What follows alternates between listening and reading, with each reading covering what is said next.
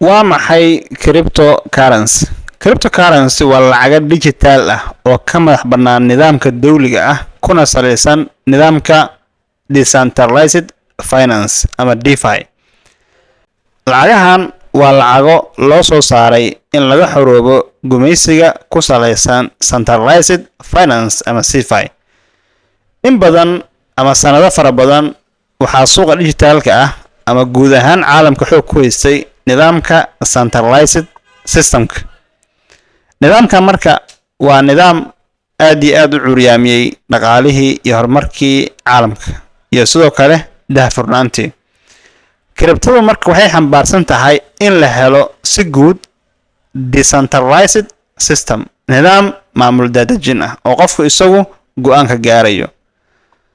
Nidaamkii hore ee CeFi-ga ah wuxuu ku salaysan yahay nidaam centralized ah oo wax walba inay noqdaan centralized, balse cryptadu waxay ku salaysan tahay decentralized finance DeFi ay ku salaysan tahay. Waa taas ogaataa.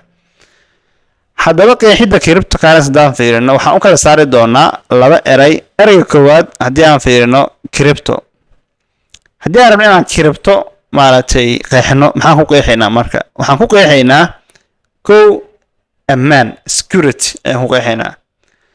labo waa hidden yani wax la qariyay ama security.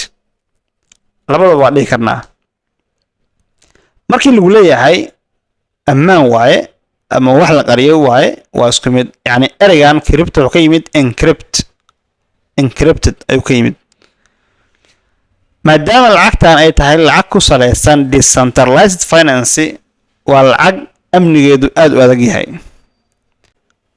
haddii aan fiirino qeexitaanka currency waa money ama lacag waay.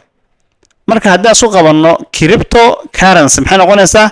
lacagtii amniga, lacagta qarsoon. lacagta qarsoon, lacagta amniga. labada waa dhihi kartaa.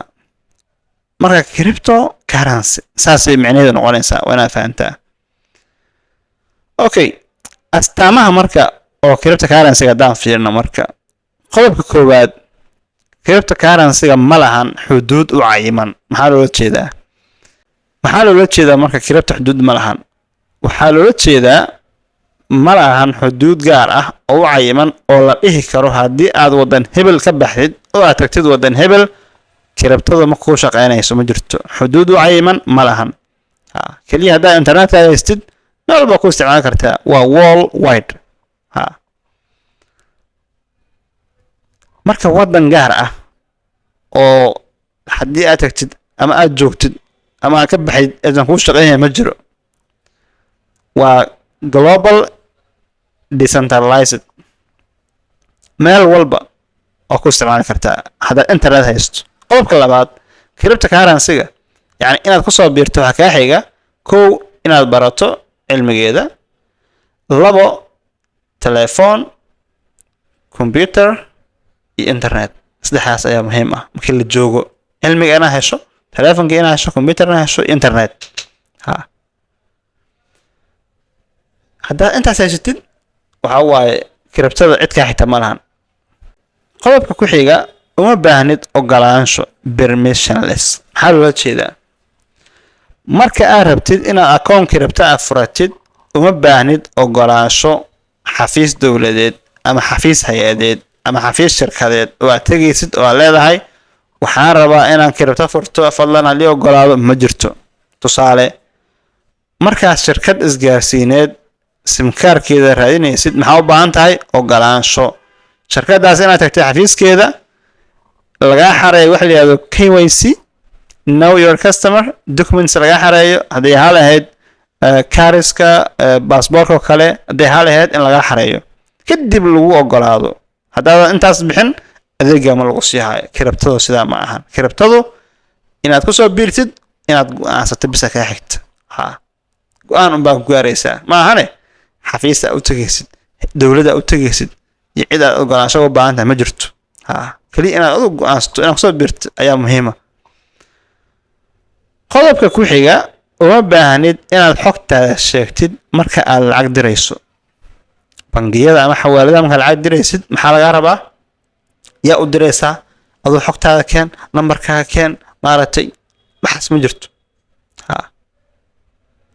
meeshaan kiribtada markii la joogo waxaa la isticmaalaa wax la yiraahdo address ayaa lacagaha lagu diraa qaybta gadaal lagu tagi doonaa address wax la yiraahdo ayaa lacagaha lagu diraa qofka marka haddii uu haysto addresskaas asaga account number ah wax kale uu sheega uma baahna sidoo kale uma baahnid xogta qofka u direyso marka yacni lacag direyso haddii ahaa lahayd magaciisa halka uu joogo iyo telefoonkiisa midna uma baahnid keliya lacagta aad direysid unbaa go'aansanaysaa addresska isu dira leedahay dhag waa u direysaa marka si aad u dirtay lacag yacni kiribta ah ama lagugu soo diro waxaa u baahan tahay addressku marka wuxuu u dhigmaa account number ay u dhigmaa marka addressku muxuu u dhigmaa account number ay u dhigmaa waa xarfo iyo nambaro small iyo capital iskugu jira kana kooban 12 14 18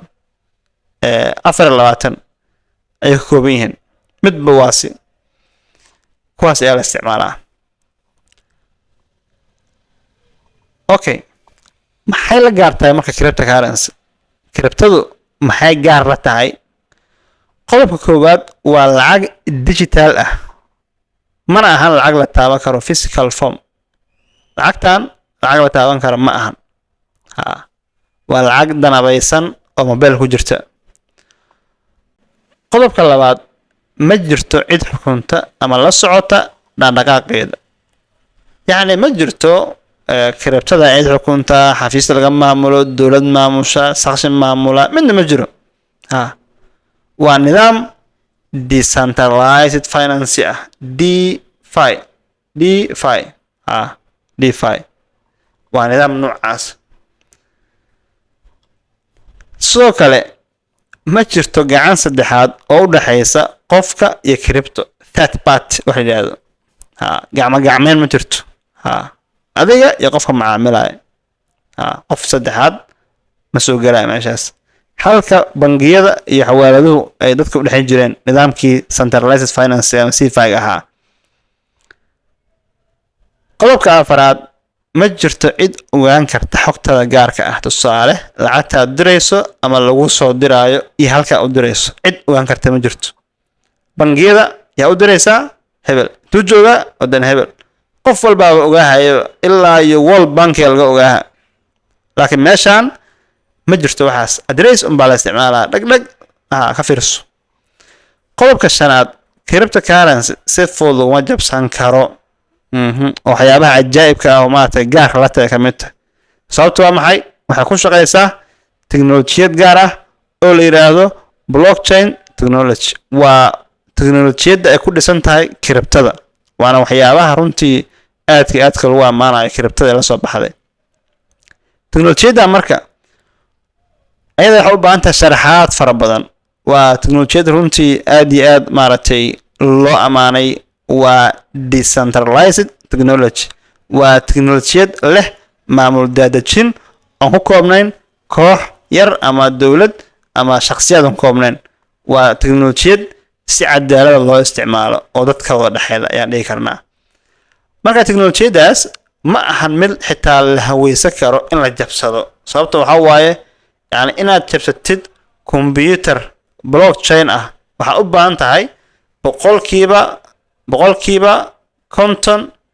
boqolkiiba konton iyo 1% inaad ka udbaato ayaa loo baahan yahay marka ka waran computer ku dhisan $10 billion $10 billion qofka isku daya inuu jabsado logic ma ahan qof maaragtay 10 billion haysta ma jabsanayo computer oo maaragtay qiimaha soo kacaya waxay tahay inuu ku guuleysaa inuu ogeyn marka that's why ay ku tahay yani teknoolajiyad ammaan ah